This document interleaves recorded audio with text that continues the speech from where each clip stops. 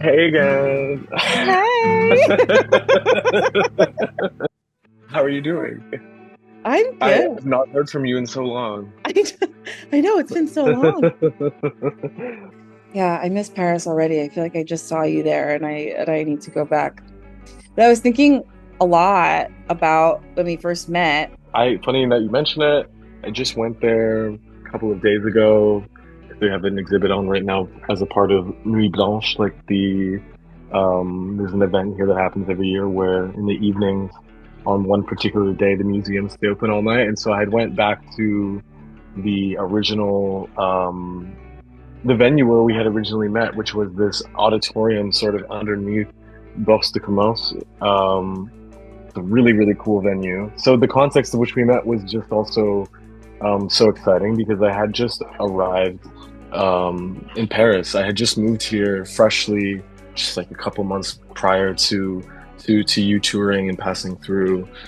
Yeah, Yeah, it's very amazing to be reconnected in this new way. And for me, yeah, like I love making music videos, sometimes more than making the music itself, because it just kind of it feels low pressure because I'm so not an expert in making videos. It allows me to just kind of be free. And I'm curious if you can talk about like what spoke to you in the music or what you first thought of when you heard it. it felt like I guess a bit of like an evolution. Like it was still so familiar to me as you and your music, but it just felt like a breath of fresh air, I guess, from previous records. I felt like you were saying something different here, and particularly about Solar Cycle. There's something I really appreciate about the urgency.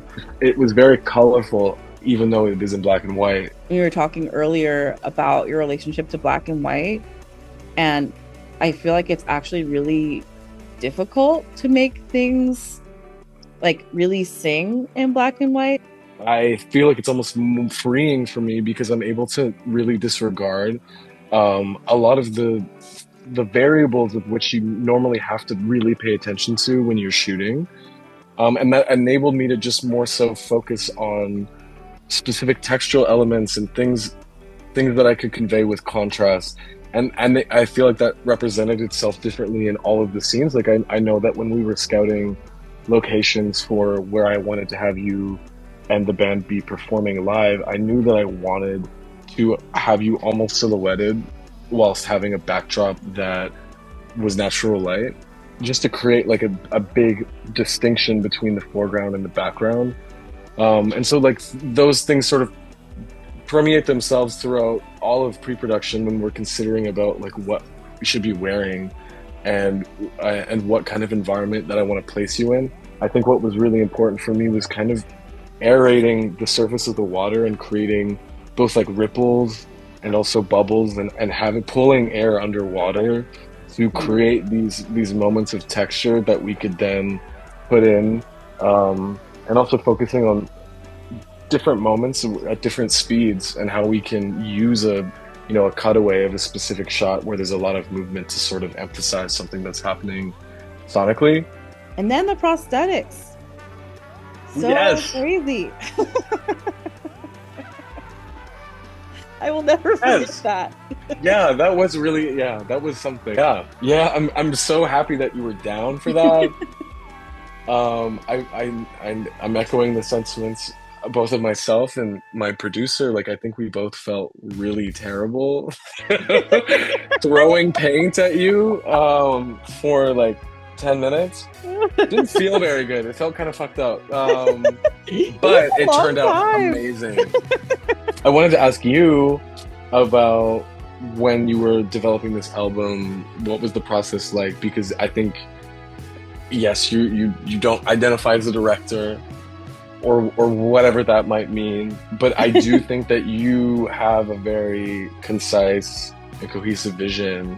I mean, I feel like I've been trying to, as much as possible, start collapsing the timelines of when I'm working on music and when I'm working on visuals. Like, ideally, I would be talking to video directors and, whoever's making the album cover and all that stuff, like, as soon as I start getting in the studio. Like, that's my ideal, I think. And that didn't happen for a bunch of different reasons this time around, but I always just kind of write Yeah. um, as I'm working on a record. And immediately I was like, okay, the deep sea is in there somewhere. And then that, just thinking about bioluminescence and animals that create their own light. And then I started thinking about my altar, and I have this plant called the Rose of Jericho that, looks like tumbleweed, and then it unfurls, and there's this green interior, and thinking about resistance and what it means to adapt. And all of those things just were kind of coming to mind for obvious reasons in this moment. And it became clear that those were kind of like the central themes. And then these sort of ice sculptures started happening. And I was thinking about, people who chew ice, and like I had a lot of people who were chewing ice around me. And also just like how they're so strange, and thinking about impermanence, and like also just coming back to the deep sea. I don't know, all those things like started combining. And I was just writing more and more about it. And then it started becoming clear to me, because I feel like I mostly operate from a place of intuition. It was really amazing to see at every point you would kind of find yourself in your own way to tell a story. Yes, this is what a partnership is. Like, that's so exciting to me. I do really like to stylize my editing. Editing video seems so similar to editing audio to me. Just having like been a little Yes. close to the process, it seems like kind of the same exact thing. And you're so musical. Like, you would always make choices with the video that was echoing what was happening in the music just so naturally. For artists that whose music has truly impacted me in some way, I'm able to access a different part of my brain. I found your music when I was like, I want to say I found your music when I was 14, Oh my 14 or God. 15. So like Wow. 9 years ago. This stuff So that I found only hasn't that. even like Yeah, yeah, yeah, crazy. yeah, yeah, yeah. That period of my life was so unbelievably fucked up. You were one of the artists that kind of helped me, I think, process some of the things that I was going through. I grew up in like a very small, isolated community, and I think that we're not really taught to look beyond like the borders of our community. And so the way that I would sort of escape and affirm that like my life in this one specific area does not necessarily reflect what I'm capable of and what I can dream about.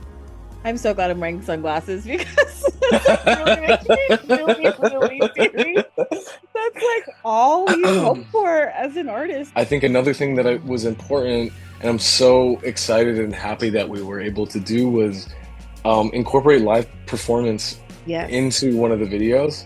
Both you and having the band as well. These other folks that are contributing in different ways to the project that makes up Lorraine. Those are my boys. I know them well. I spend so much time with them. They've seen me at my worst and at my best. Well, I'm so excited that people get to see it now. Yes, hell yeah.